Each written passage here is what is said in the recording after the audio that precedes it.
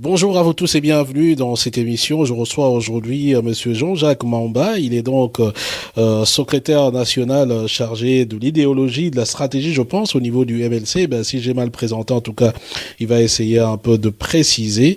Monsieur Mamba, bonjour. Bonjour. Vous êtes donc le secrétaire national chargé de l'idéologie au sein du MLC, le parti cher à Jean-Pierre Bemba.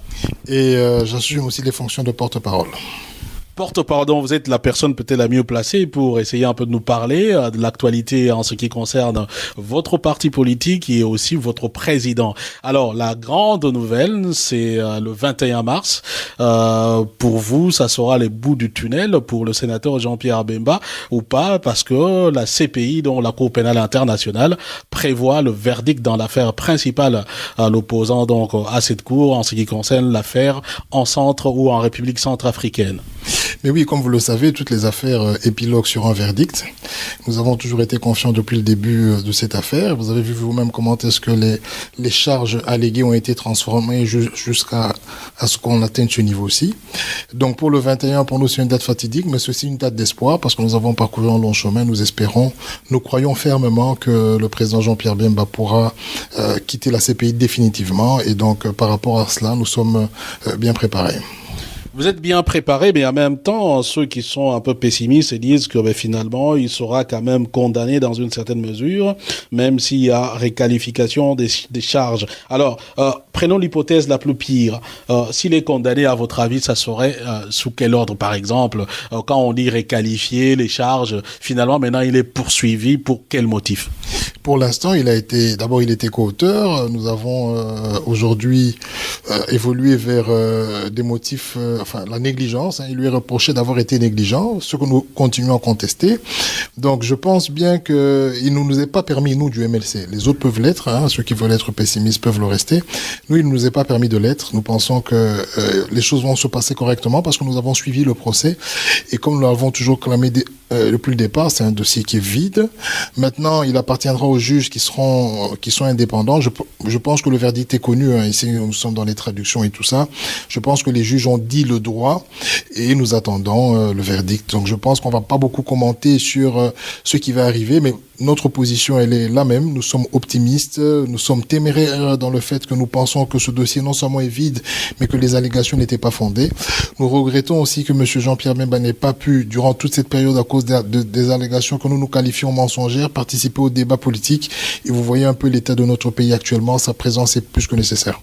Le débat politique, on y reviendra. Très souvent, lorsque la CPI rend ses verdicts, ils disent donc si la personne est condamnée ou pas, ça sera donc au-delà de tout doute raisonnable. Est-ce que si on prend compte de ce principe, c'est-à-dire que vous êtes prêt à accepter n'importe quel verdict qui sera énoncé par la Cour pénale internationale? Écoutez, il y a la Cour pénale, il y a beaucoup de mécanismes. Je ne suis pas juriste, je sais qu'il y a des appels. Non seulement la partie défenderesse ou la partie qui accuse peut à tout moment utiliser des outils juridiques pour contester une décision ou la revaloriser. Donc nous avons tous ces droits-là, mais nous ne sommes pas encore dans ce schéma parce que nous estimons que le temps écoulé, d'abord pour ce verdict, est de plus d'1 année. Le temps de la procédure a fait quand même plus de 6 ans, 7 ans, et je ne pense pas qu'en ce moment-ci, on pourrait avoir un verdict qui sortent du cadre du droit. Nous sommes plutôt confiants de dire que il y a eu assez de temps qui est passé et que par rapport à cela, les juges pourront, en fonction des éléments qui ont été présentés, notamment les nôtres, décider de dire le droit en faveur du président Jean-Pierre Bemba. Et donc, à vous entendre parler, dans ce cas-là, vous serez prêt à accepter n'importe quel verdict qui viendrait de la Cour pénale? Le verdict s'impose à nous.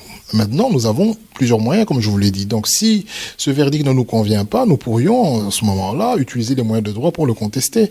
Mais comme je vous dis, nous ne sommes pas dans cette logique. Je pense que nous avons utilisé tous les moyens de droit durant 7 ans et qu'au moment où je vous parle, nous sommes plutôt dans une logique de dire, maintenant, le juge va dire ce qu'il y a, ce qu'il pense en fonction du droit et le droit sera dit. Maintenant, on verra bien par la suite. Donc, ce sont des questions subsidiaires qui peuvent venir, mais on ne peut pas les anticiper parce qu'il n'y a pas de pression qui sont faites sur le juge et donc on va attendre. Alors, je me souviens lors de la demande de la mise en liberté provisoire du sénateur Jean-Pierre Bemba, parce que nous, en ce qui nous concerne, c'est un procès que nous avons en tout cas très bien suivi au début, même aussi dans une grande partie du déroulement de ce procès. On a assisté dans une certaine mesure à un retournement des situations. Il y a les juges qui avaient décidé de la liberté provisoire du sénateur Jean-Pierre Bemba, et Moreno Ocampo a fait appel à l'époque à ce qu'il s'agissait de lui, et finalement jusqu'à aujourd'hui cette décision de liberté provisoire a été cassée et Jean-Pierre Bemba demeura toujours en prison. Est-ce que vous n'avez pas peur que si la décision finale, le verdict vous est positif et qu'au final qu'on revive un peu la même situation? L'appel n'est pas suspensif, hein. Quand il y a déjà un jugement, le procureur peut faire appel, mais ce n'est pas suspensif de la décision des juges. Mais comme je vous le dis, c'est un jeu qui se passe au niveau de la Cour, donc tout le monde a les outils et les moyens de contester ou d'utiliser les moyens de droit. Nous nous reconnaissons à la partie accusatrice ces moyens-là, et elle nous reconnaît aussi cette possibilité de contester si ce verdict n'est pas favorable. Donc comme je vous le dis, c'est le droit qui sera dit et les mécanismes juridiques qui seront engagés. Maintenant, on verra ce qui va se passer, mais nous ne nous permettons pas d'envisager tous ces scénarios-là, parce que la vérité est tellement frappante que au stade actuel, je pense que vraiment il y aura beaucoup de désillusions dans la partie, dans le chef de la partie qui a porté toutes ces accusations et qui a fait subir au sénateur 7 ans de privation de liberté pour des faits non fondés. Vous connaissez un peu ce qui se passe en Centrafrique. Nous ne sommes plus en Centrafrique depuis 2003, nous sommes en 2016. Cela fait 13 ans, mais le pays est déchiré. Donc maintenant, on va accuser qui? D'ailleurs, nos troupes qui étaient là ont été remerciées. Ce n'étaient pas des troupes dirigées par le MLC, pour indiscipline. Donc je veux dire que c'est une situation d'un pays qui est catastrophique, et les juges tiendront compte du fait que ce n'est pas le MLC qui est à l'origine, par exemple, de ce qui se passe aujourd'hui, qui était à l'origine de ce qui se passait à cette époque-là, lorsque Patrice avait sollicité l'aide en tant que gouvernement légitime du sénateur Jean-Pierre Bemba pour bouter dehors les rebelles. Alors maintenant, vous avez parlé du rôle politique de Jean-Pierre Bemba. Admettons que ça se passe très bien pour lui. Comment vous le voyez dans la scène politique congolaise? Écoutez, c'est un élément, c'est un maillon de la chaîne, un maillon majeur. Je pense que il y a beaucoup de Congolais qui se reconnaissent en lui, et ça va au-delà du MLC. Vous savez, le MLC, c'est un parti, il y a des militants, mais nous avons aussi beaucoup plus de sympathisants que de militants. Et tel que se présentent les choses actuellement, avec le flou qui est entretenu par une majorité qui a bloqué la machine parce qu'elle n'est pas prête pour l'alternance, je pense qu'en dehors des efforts qui sont déjà fournis dans le cadre de la dynamique à laquelle nous participons, la présence du chairman, enfin du président national, sera un atout majeur quant à la victoire qui doit être certaine. Pas la victoire sur un homme, mais la victoire sur des principes que sont le respect de la Constitution et l'organisation des élections en fonction de cela. Évidemment, si Jean-Pierre Bemba rentre dans la scène politique, certainement, c'est pour être le candidat naturel du MLC. Je sais pas comment il va se positionner par rapport aux autres qui sont là, dont les noms sont cités. Bon, peut-être vous n'êtes pas à même de pouvoir répondre à sa place, mais il semble qu'il y a aussi une épée de Damoclès sur sa tête en ce qui concerne son ambition présidentielle. C'est sa probable inéligibilité au cas où. Mais écoutez, ce sont des questions hautement techniques. Je pense que nous avons un candidat naturel, vous l'avez dit, c'est monsieur Jean-Pierre Bemba, et nous respectons aussi ceux qui ont d'autres candidats dans les autres partis politiques. Et je ne pense pas, à moins que les juristes nous contredisent, que d'abord nous ne croyons pas qu'il sera condamné, on va le dire comme ça, mais même si cela arrive, je ne pense pas que ce sera de l'influence sur sa candidature éventuelle à la présidence de la République. Donc il y a beaucoup de lois entre guillemets chez nous qui doivent être interprétées et qui sont des fois désinterprétées, mais je pense qu'au moment venu, on saura bien ce qu'il en est, et on agira en tant que tel, mais il n'est pas question pour nous d'abandonner ce projet, parce que vous savez, le président Jean-Pierre Bemba, au-delà de tout doute raisonnable, a quand même fait plus de 42% lors des présidentielles de 2006. Ça veut dire que nous représentons un électorat. Nous sommes aujourd'hui la deuxième force de l'opposition, donc notre électorat est là. Il y a beaucoup de Congolais qui n'aimeraient jamais entendre, qui ne voudront jamais entendre que M. Bemba, après avoir passé 7 ans de manière très injuste en prison pour des accusations fallacieuses, se retrouve privé de ses droits les plus légitimes, ceux que de postuler pour la magistrature suprême dans son pays. On lui souhaite en tout cas toutes les bonnes choses du monde en ce qui concerne le procès. Je rappelle donc à tous ceux qui nous suivent en ce moment ici que la CPI, la Cour pénale internationale, annonce le verdict dans l'affaire principale opposant Jean-Pierre Bemba, disons à cette institution judiciaire internationale, pour le 21 mars 2016. Mais Jean-Pierre Bemba est également poursuivi pour une autre affaire, celle de la subornation de témoins. cela? Est-ce que vous pensez ou vous ne pensez pas que cela aussi puisse peut-être avoir une incidence dans l'affaire principale? Peut-être que admettons qu'il soit déclaré non coupable et que finalement qu'il soit retenu tout de même par rapport à la deuxième affaire. Donc, vous savez, par rapport à la deuxième affaire qui est très liée à la première, tous les co-accusés sont libres de leur mouvement. Ils se présentent à la cour lorsqu'il y a des audiences. Et moi qui ai suivi un peu ce dossier, c'est un dossier on ne peut plus ridicule. Donc, je ne vois pas comment, s'il est libéré, et c'est ce que nous pensons dans la première affaire, il serait retenu pour la deuxième, d'autant plus que tous les co-accusés sont libres. C'est pas une affaire qui nécessite une incarcération parce que le risque est minime et la gravité ou l'ampleur de l'accusation ne peut pas justifier une incarcération. Donc, je veux dire que le plus gros problème pour nous, c'est ce verdict. Et dès lors qu'il est obtenu, l'affaire subsidiaire suivra son cours. Et s'il s'agit pour le président national de se présenter à La Haye pour répondre d'une audience, il le fera. Ou si ce n'est pas lui, ça sera ses avocats. De retenir quand même que pour cette affaire-là, c'est maximum 5 ans. Mais encore une fois, il est totalement innocent, lui et ses co-accusés. Regardez, sur base des allégations de Madame Bensouda, on a affrété un avion pour venir prendre l'honorable Fidel Babala à Kinshasa, comme si c'était un criminel, alors que, finalement, on le relâche après 11 mois. Donc, pour moi, il y a des questions légitimes et pertinentes qu'on doit poser sur le fonctionnement de la CPI ou sur la gestion, en fait, des allégations faites par les procureurs à l'endroit des citoyens et des moyens qui doivent être engagés parce que, in fine, la Cour pénale internationale est financée par les États et il ne faut pas qu'on dilapide l'argent des États comme ça, simplement parce qu'une personne à un certain moment a un caprice et décide d'arrêter quelqu'un. On doit engager des millions alors que finalement, après 11 mois, la personne est dehors. Donc, je ne déconsidère pas cette affaire, mais je vous dis que concomitamment à ces co-accusés, je pense que M. Bemba pourra se présenter librement. Et comme je vous le dis, c'est une affaire qui est vide, donc il n'y a pas de souci.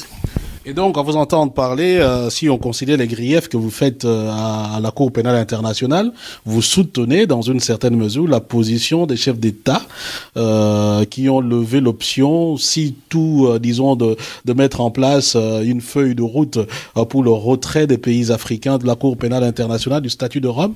Mais oui, vous savez, il y a une réflexion profonde qui doit être faite à ce niveau-là, parce qu'en réalité, la Cour pénale juge des individus lorsque les États membres se considèrent comme étant incompétents. Ça veut dire que si vous n'êtes pas en mesure de juger un ressortissant congolais, vous dites, écoutez, nous le confions à la CPI. Donc les pays africains doivent être conduits à avoir des justices impartiales, être en mesure de gérer n'importe quel cas concernant les ressortissants ou les non-ressortissants sur le territoire national. Donc moi, j'appuie cette position parce que lorsque vous regardez bien la CPI, je n'ai pas vu de Belges, je n'ai pas vu de Français, je n'ai pas vu d'Américains. Donc nous ne sommes pas moins États qu'eux. Nous devons montrer que nous sommes des États responsables, alors que, donc il y a beaucoup d'Africains qui sont incarcérés, des chefs d'État, des anciens chefs d'État. C'est comme si elle a été uniquement créée pour coincer. Et il faut voir dans quelles conditions. Regardez par exemple M. Gbagbo, alors qu'il gagne les élections et que M. Ouattara est soutenu par un certain camp. Donc pour vous, c'est Gbagbo qui a gagné les élections? En tout cas, dans une certaine mesure, même si... moi, j'ose le dire, parce que je pense que j'ai beaucoup d'amis en Côte d'Ivoire qui relatent ces faits, mais on ne va quand même pas nier l'appui de l'armée française à Ouattara. Et je trouve que ce type d'ingérence-là, qui conduisent Gbagbo et Blé Goudé à aller à la CPI, sont de types d'ingérence que les pays africains doivent éviter. Et pour les éviter, il faut que nous nous organisions. Mais comment faire face à, déjà, pour certains, l'Union africaine, c'était un syndicat des dictateurs. Comment faire face à des gens qui sont ce qu'ils sont? Est-ce que quitter la CPI, c'est pas une façon finalement de mettre la population africaine à la merci de ces dictateurs? Déjà, qui n'ont même pas peur, même avec la CPI. Monsieur Bemba, qui à la CPI n'est pas un dictateur. Il est accusé pour une affaire qui ne le concerne pas, qui ne concerne même pas son pays. Donc, dès lors que pour nous percevons la CPI comme un instrument qui a mis à mal notre parti, dans la mesure où les accusations qui ont été faites ont été mensongères, elles n'ont pas été fondées, mais ont permis à l'incarcération d'une personne qui avait un rôle à jouer dans son pays. Cela pouvait être valable pour Kenyatta, cela peut être valable pour Blé Goudé ou pour Gbagbo. Nous disons non. C'est-à-dire qu'à un certain moment, il faut que nous organisions. Raison pour laquelle nous, en tant qu'opposition républicaine, nous, le MLC, nous faisons un travail de terrain, conscientisons la population, faisons des émissions, expliquons pour que nous ayons un réel état de droit, comme on va le dire comme ça, comme disait M. Tshisekedi, un réel état de droit dans lequel la loi est au-dessus de tous. Et c'est ce qui manque dans nos pays. Donc nous devons travailler pour le faire, au lieu que de dire, étant donné que nous ne sommes pas en mesure de faire ce travail, il vaut mieux que la CPI existe pour qu'elle le fasse pour nous. Ce n'est pas comme ça que ça doit marcher. Nous devons nous conscientiser, améliorer notre justice, la rendre indépendante, indépendant, lui donner des moyens et permettre à ce que tout le monde soit en dessous de la loi. Dire que la CPI ne vise que les Africains, c'est vrai, il y a une part de vérité, mais est-ce que quitter la CPI n'est pas non plus une solution? Peut-être c'est mener un combat parallèle pour que la CPI soit réellement impartiale, mais on ne va pas punir la population africaine, la mettre à la merci des dictateurs, comme on dit, simplement parce qu'on dit que la CPI est partiale. Non, vous savez, nous sommes un parti républicain. Il y a un débat, par exemple, dans notre pays autour de la Constitution. Le président de la République dit qu'il ne va pas la violer, mais en même temps, il est en train de créer des mécanismes pour qu'elle soit violée de manière tacite et de manière de fait. Et donc, ce que je vous ai expliqué, c'est que nous devons continuer à travailler dans nos sociétés. Déjà, nous essayons de contraindre le président de la République à respecter la Constitution. C'est un combat républicain, un combat d'idées, un combat de terrain. Heureusement que ce combat a été relayé par la population. Vous aviez vu ce qui s'est passé l'année passée, en 2015, en janvier. C'est en continuant ce type de travail, en contraignant nos propres dirigeants à respecter les lois qui sont dans le pays, qu'on peut réussir à construire un État. Parce que la CPI, pour moi, c'est quoi? C'est qu'à un certain moment, lorsque quelqu'un arrive au pouvoir d'une certaine manière et qu'il veut se débarrasser de ses opposants, c'est simple, on fomente des accusations contre eux, on dit qu'il a tué parce qu'il y a eu des échauffourées qui sont liées aux élections et on l'envoie à la CPI. Donc si c'est la seule manière de se débarrasser de ses opposants, vaut mieux que les opposants soient jugés sur place, donc notamment ici, suivant nos cours et tribunaux, par exemple à Kinshasa, au lieu que de les envoyer dans une cour où c'est pas la quête de la vérité qui milite toujours les actions. Des fois, c'est simplement une possibilité pour celui qui est au pouvoir d'écarter un adversaire redoutable. Et je pense que dans beaucoup de cas, c'est le cas. Mais lorsqu'on voit à la fin, on a vu aussi qu'il y a des gens qui ont recouvré leur liberté. Hein. La CPI, je crois que il s'appelle comment, Monsieur Mathieu Ndjolou, qui va l'indemniser? Il passe 8 ans en prison, séparé de sa famille. Qui l'indemnise? Donc moi, je pense que ce n'est pas le bon mécanisme. Il faudrait que nous, en tant qu'opposition républicaine, et que ça se fasse dans tous les pays, nous puissions guider et militer à la construction des États de droit dans lesquels les constitutions sont respectées. Opposition républicaine, vous n'allez pas dire que vous faites partie également de l'opposition de King ou Adondo? Non, hein, c'est une question de nomenclature. Nous faisons de l'opposition républicaine. Ça veut dire de l'opposition en termes d'idées, en termes constructifs, en termes d'alternatives, en termes de programmes et non en termes d'armes comme c'était à l'époque. À l'époque, nous étions encore une rébellion. Alors, mais aujourd'hui, ce dont on parle, c'est la problématique qui a trait au dialogue.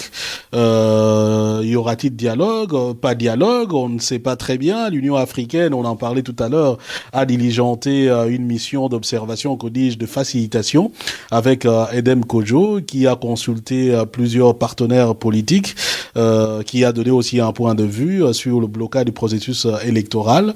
Où en sommes-nous aujourd'hui et surtout comment le MLC vit la situation et surtout le rôle qu'il est en train de jouer là-dedans? Écoutez, le président de la République s'est lancé dans des consultations il y a plus de 6 mois, on va dire 8 mois aujourd'hui. Suite à ces consultations, il a engagé un processus de dialogue dans lequel les objets étaient définis tels que l'enrôlement des nouveaux majeurs, le financement des élections, donc des questions subsidiaires et qui sont intimement liées à l'essence de la CENI, parce que c'est la CENI qui a les prérogatives de gérer ces questions. Le président a voulu traiter de ces questions.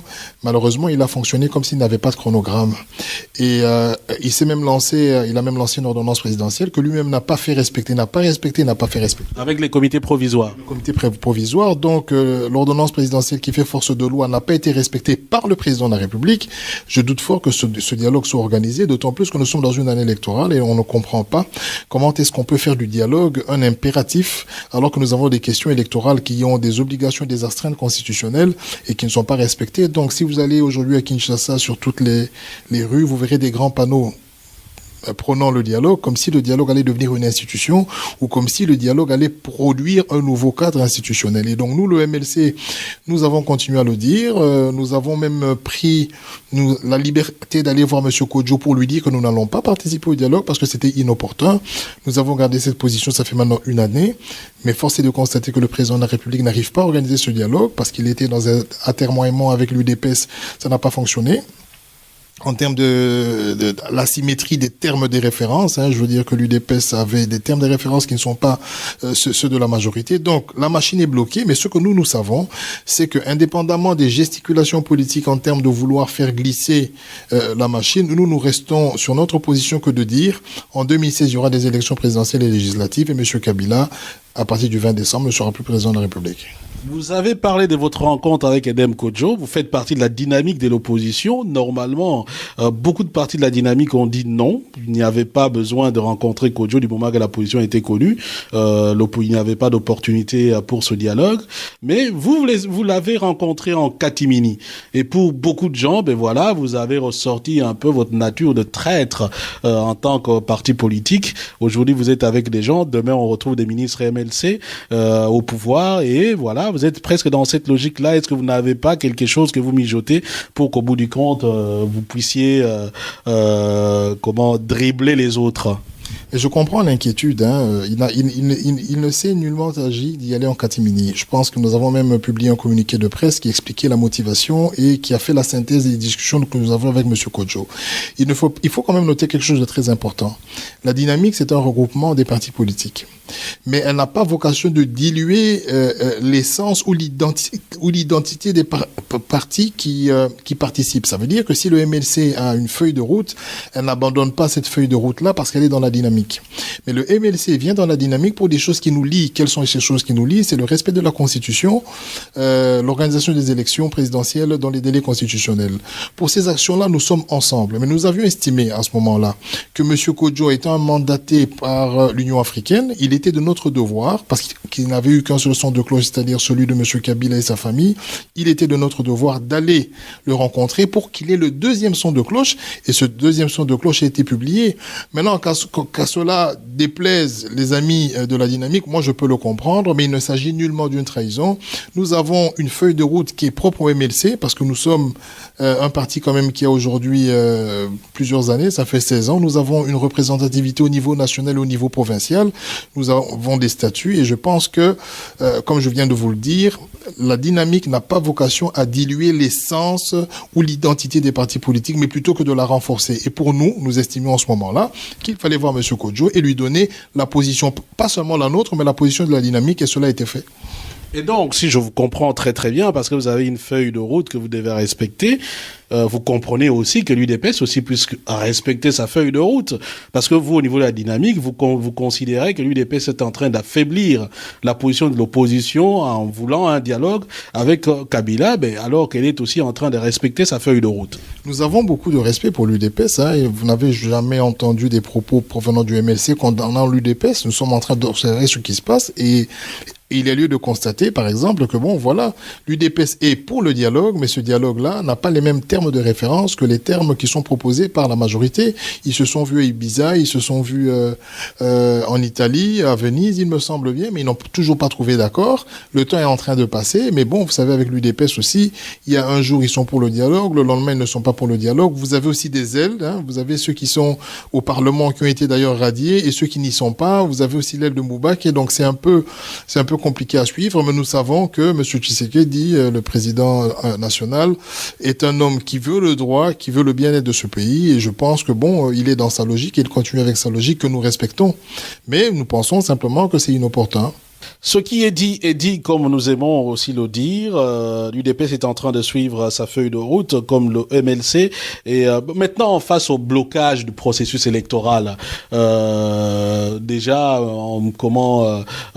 Évariste Bochab, ministre de l'Intérieur actuel, au sortir d'une réunion avec la CENI, a annoncé la révision du fichier électoral pour le 10 février. Et en même temps, il est clair, selon une note interne de la CENI, que cette révision pourra prendre au minimum 13 mois. D'ailleurs, ça pourrait même aller jusqu'à 16 mois, ce qui nous amène vers avril-mai 2017. Voilà, c'est une façon de vous annoncer, écoutez, messieurs de l'opposition, nous sommes dans le glissement. Qu'allez-vous faire pour le moment ? Écoutez, Monsieur Beauchamp va tirer les conséquences des propos qu'il tient. La CENI n'a pas encore publié cette note, elle ne l'a pas rendue publique. Il faudra aussi des contre-propositions, des avis d'experts, parce que l'OIF nous a dit qu'il était tout à fait possible en 4-5 mois de le faire et donc d'avoir des élections dans le temps.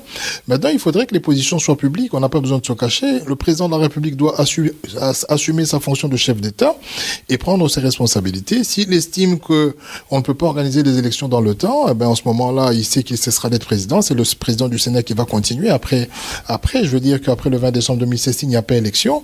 Il sera en fin mandat. Il ne faut pas désinterpréter l'article 70 qui parle du fait d'un président qui doit être installé et qui doit être élu, donc le petit décalage de temps qu'il y a. Mais moi, ce que je suis en train de dire, c'est que on doit assumer, lorsqu'on est chef d'État, lorsqu'on est ministre de l'Intérieur, lorsqu'on est président de la CENI, lorsqu'il y a un problème, il faut en parler publiquement et trouver des solutions. Parce que là, on est on tergiverse et puis la CENI n'a pas de position claire. Nous avions déjà à l'époque présenté des documents. Lui, il vous dit, venez au dialogue pour qu'on en parle. Mais nous estimons qu'on n'a pas besoin d'en discuter, parce que la CENI, au niveau de la CENI, il y a ce qu'on appelle la tripartite, dans laquelle nous avions participé, nous avions fait des propositions, nous avions déposé un mémo. On peut régler ces questions-là dans ce cadre-là, mais comme ils sont en train de jouer à la stratégie du temps, c'est-à-dire on essaie de faire passer le temps, ils sont en train de rendre impossible un consensus autour de cette question. Si le président de la République voulait réellement un dialogue pour traiter ces questions, il devait tenir compte du temps. Par exemple, en convoquant des consultations il y a 8 mois, on devait organiser ce dialogue, par exemple, au mois de novembre. On aurait tout 2016 pour faire ce travail. Donc, ils sont en train de jouer à la montre pour nous amener vers le mois de mars, avril, mai, pour qu'on constate ensemble avec eux qu'il est impossible d'organiser les élections. Et je pense que c'est la pire des stratégies qu'ils ont prises, parce que ça va se retourner contre eux-mêmes. Vous savez, là où il y a eu des changements de constitution, Sassou, Monsieur Kagame, ils ont tous été francs. Ils ont assumé les conséquences, mais ce qui se passe avec nous, c'est qu'ils sont dans l'impossibilité de le faire. Et pour contourner l'obstacle, on pourrit la situation. Mais vous savez, lorsque vous pourrissez une situation, vous pouvez commencer à la pourrir, mais vous ne savez pas comment elle se termine. Donc à ce moment-là, ça peut se retourner contre vous et ça peut vous engloutir. Mais apparemment, c'est ce que vous dites pour engloutir, disons, pour que l'engloutissement soit l'effet ou la conséquence du travail qui aura été fait ou des attitudes qui auront été adoptées. Il faudra qu'en face, qu'il y ait une force. Or, on sent que cette force-là n'existait pas au niveau de l'opposition. Vous l'avez dit, chacun a sa feuille de route. Vous peinez, en tout cas, à vous mettre ensemble. Est-ce que vous pensez que l'opposition telle qu'elle se présente aujourd'hui est à même de pouvoir faire bouger les lignes? Écoutez, par feuille de route, il faut plutôt voir l'aspect idéologique. Par exemple, nous et l'UDPS, on peut se retrouver dans la dynamique, mais nous sommes des libéraux et eux, ce sont des socialistes. Mais pour cet objectif-là, on se retrouve, cela veut dire que l'UDPS, lorsqu'elle fait son programme de société, elle le fait en fonction de ses idéologies et nous faisons pareil. Donc, lorsque vous parlez de force, moi, j'aimerais vous dire quelque chose de très important. Vous savez, dans notre pays, ça fait plus de 10 ans qu'il n'y a pas d'accalmie. Il y a eu des rébellions, il y a eu Kunda, après Kunda, il y a eu Monsieur Bosco, après il y a eu le troisième Lama Kenga, et puis les poches d'insécurité, ça continue. Pas plus tard qu'il y a un mois, le président de la République est allé à Béni. Lorsqu'il a quitté Béni, il y a eu des massacres. Qu'est-ce que je veux dire par là? Pendant que le président Kabila a sa légitimité, que nous lui reconnaissons la qualité de chef de l'État élu et qu'il est en plein mandat, il n'a pas réussi à résoudre toutes ces questions. Imaginez-vous le scénario où il n'est plus légitime. Du point de vue de la Constitution, comment ça peut être cette République?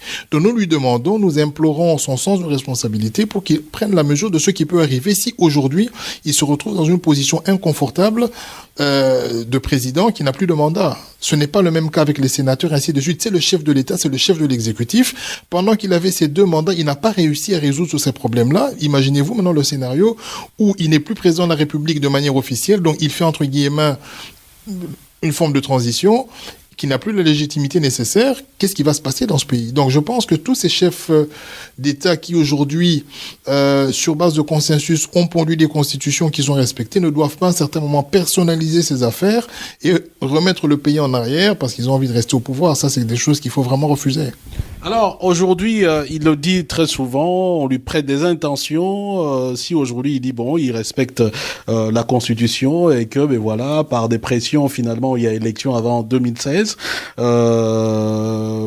des les études ont montré qu'il faudra que l'opposition soit unie, peut-être aller vers une candidature commune pour barrer la route à quelqu'un de la majorité.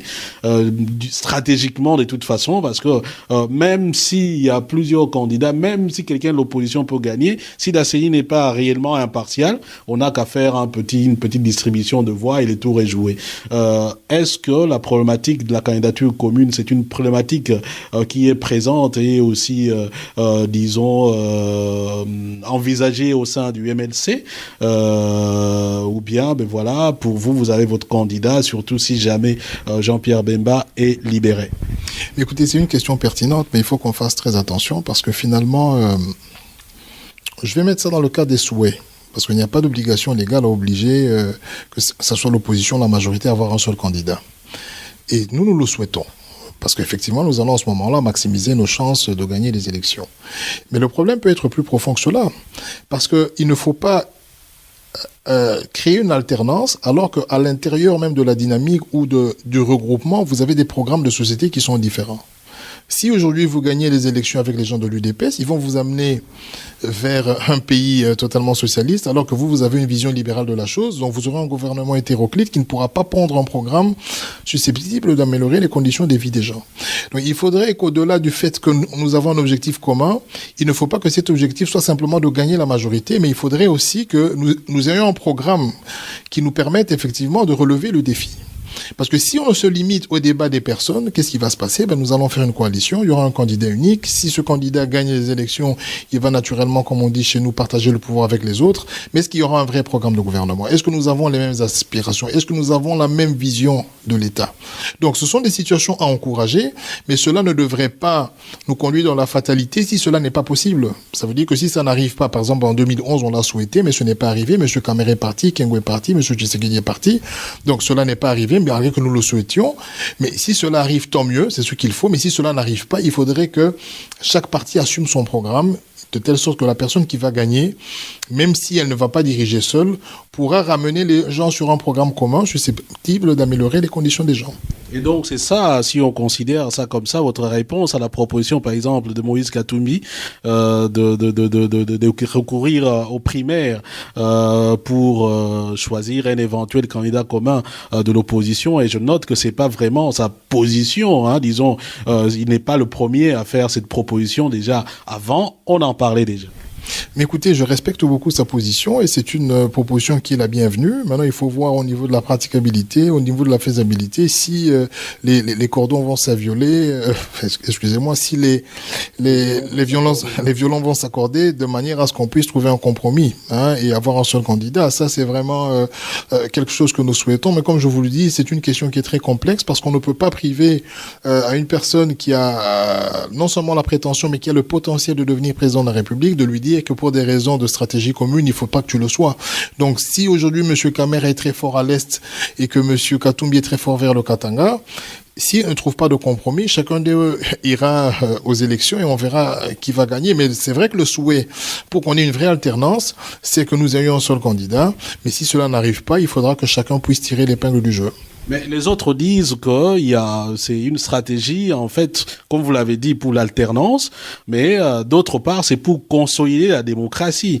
C'est-à-dire que les gens aient la possibilité de se dire, tiens, nous irons toujours voter et que, ben voilà, ce mandat qui va venir, parce qu'on est en face des gens qui ne veulent pas céder le pouvoir de façon démocratique, mais ça permettra à ce que les gens aient la possibilité de céder le pouvoir de façon démocratique et la législature qui vient, que ça sera comme une législature de la transition pour que les mentalités puissent être vraiment réellement ancrées dans la population et que, ben voilà, après, il y aura plus de problèmes des candidats communs et ainsi de suite. Ça ne se pose que maintenant, c'est un truc opportun tout simplement. Non, vous savez, c'est par exemple la majorité actuelle, hein, c'est comme je le dis, les gens ne votent pas en fonction des programmes. Les gens votent en fonction des affinités, soit linguistiques, tribales ou des affinités quelconques. Hein. Quand vous êtes dans la majorité, vous trouvez des partis, lorsque vous lisez les statuts, d'extrême droite, d'extrême gauche, du centre, et ainsi de suite.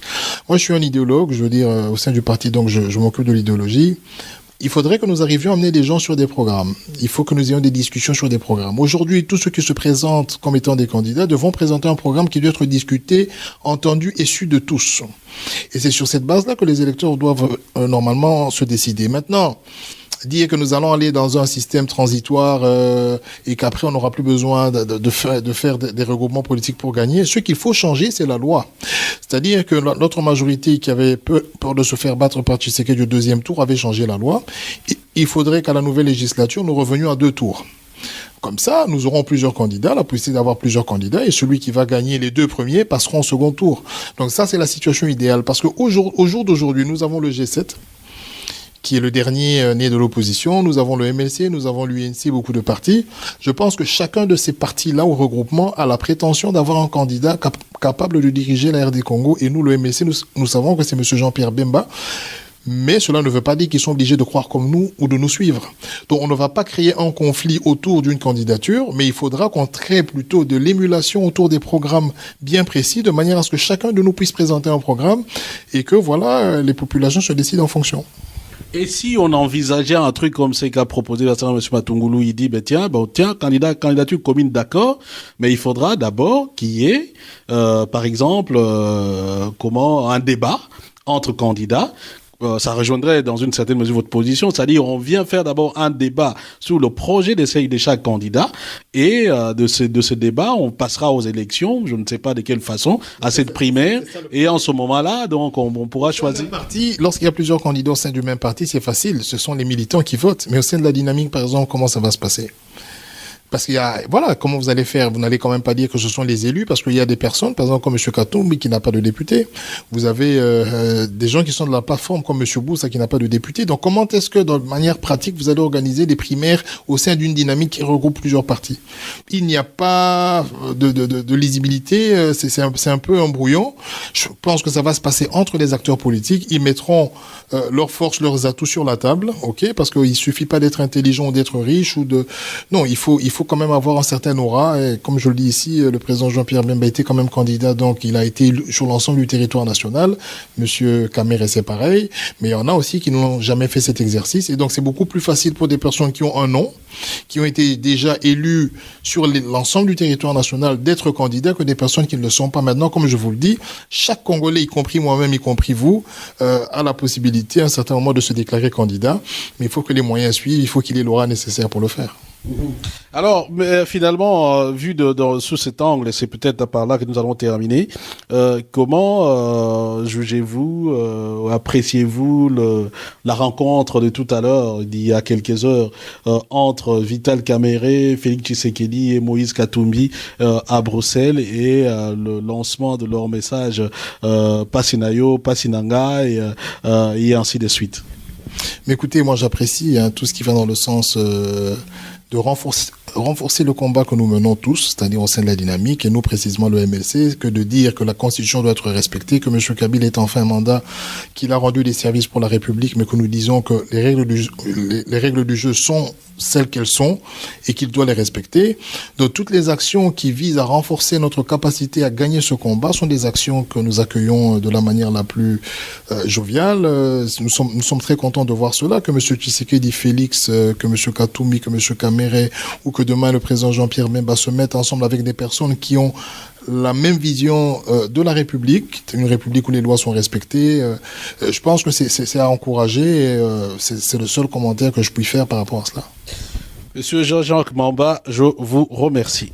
C'est moi qui vous remercie, monsieur.